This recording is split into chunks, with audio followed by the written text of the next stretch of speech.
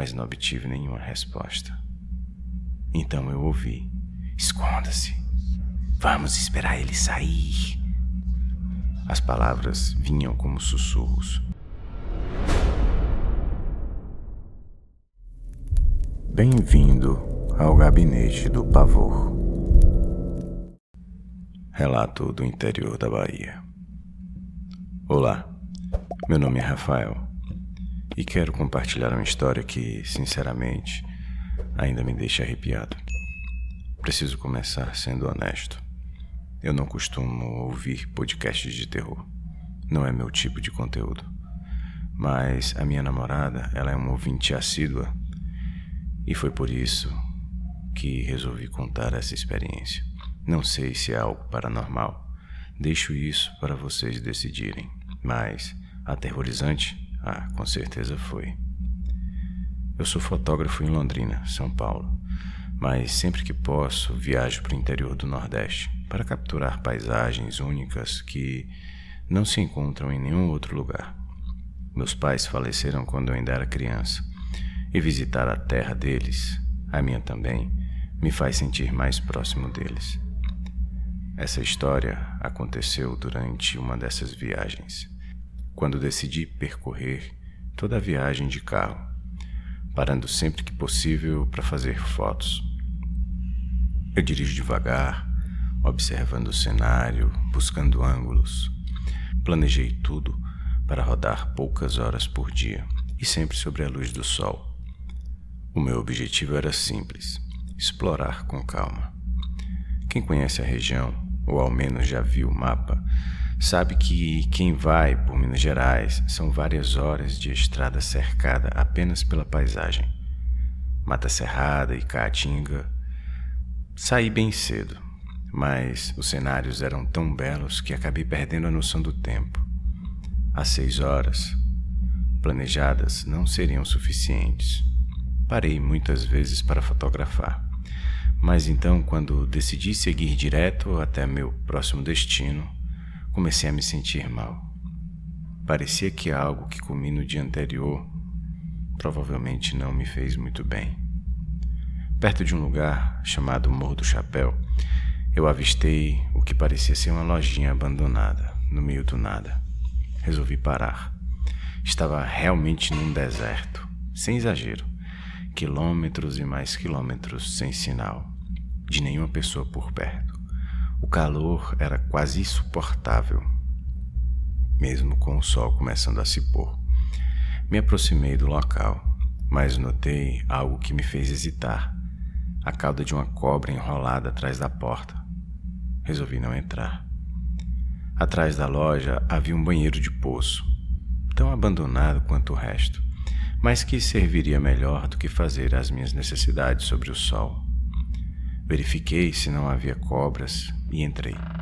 A dor de estômago ainda era insuportável, mas então eu ouvi algo. Passos. Alguém se aproximava. Na verdade, 2 pessoas. Caminhavam ao redor da loja abandonada, depois em direção ao banheiro onde eu estava. Primeiro ouvi alguns sussurros. Depois ouvi claramente 2 vozes distintas. Ele entrou ali. Vamos esperar ele sair. As vozes se alteravam como se estivessem completando uma a outra. Repetindo a mesma frase, fiquei confuso. Pensei que talvez eu tivesse invadido alguma propriedade, o que naquele lugar isolado poderia ser bem perigoso. Falei com eles, gritei de dentro, explicando que estava passando mal e que estava usando o banheiro. E se precisasse, eu pagaria alguma coisa. Mas não obtive nenhuma resposta. Então eu ouvi: esconda-se, vamos esperar ele sair. As palavras vinham como sussurros. Olhei ao redor, não havia nada que eu pudesse utilizar para me defender. Medi a distância até o carro, calculei quantos segundos eu levaria para alcançá-lo correndo. Será que eu conseguiria escapar? Naquele lugar, sem sinal, sem celular, qualquer erro poderia ser fatal. Eu estava suando frio. O medo me consumia. Um arrepio me subiu na espinha. O que poderiam eles fazer comigo naquele lugar distante e isolado? Esperei alguns minutos. Meu coração disparava. Estava pronto para correr, mas ainda hesitava, até que criei coragem. Abri a porta com força e disparei. Corri o mais rápido que pude sem olhar para trás. Alcancei o carro, abri a porta, liguei o motor e vi a estrada se abrir à minha frente. Consegui sair de lá, mas algo me intrigava, não havia ninguém. Eu olhei pelo retrovisor e não tinha nada, nenhuma movimentação. Reduzi a velocidade, resolvi passar devagar em frente à loja para verificar. Nada, absolutamente ninguém. Voltei ao ponto onde eu estava estacionado antes. Mantive o motor do carro ligado, é claro. Saí do carro. A paisagem agora parecia bem diferente. Não tão assustadora, apenas solitária. Um lugar bonito até, com a luz no fim da tarde. Um cenário perfeito para uma foto. Eu caminhei até a loja e depois até o banheiro novamente. E é aqui que as coisas ficam estranhas. Notei minhas pegadas na areia e no pó do chão, as marcas sutis da minha primeira aproximação. Depois as pegadas pesadas da corrida desesperada de volta ao carro. O estranho? Não havia nenhuma marca, nada, nenhum outro passo além dos meus, nem sinal de que aquelas duas pessoas, ou que quer que fossem, realmente estiveram ali.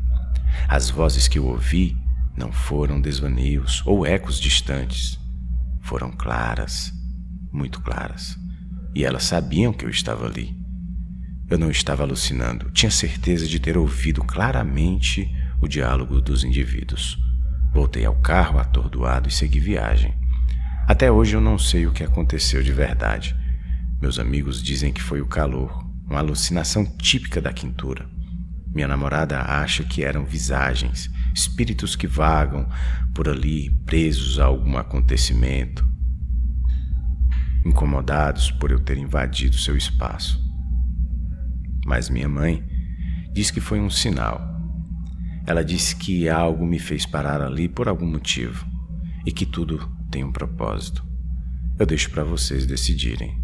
Só posso garantir que, embora tenha acontecido à luz do dia, foi uma experiência muito assustadora na minha vida. Isolada, distante de tudo, como se fosse meia-noite. O relato termina aqui, mas o medo nunca dorme. Inscreva-se e volte, se tiver coragem.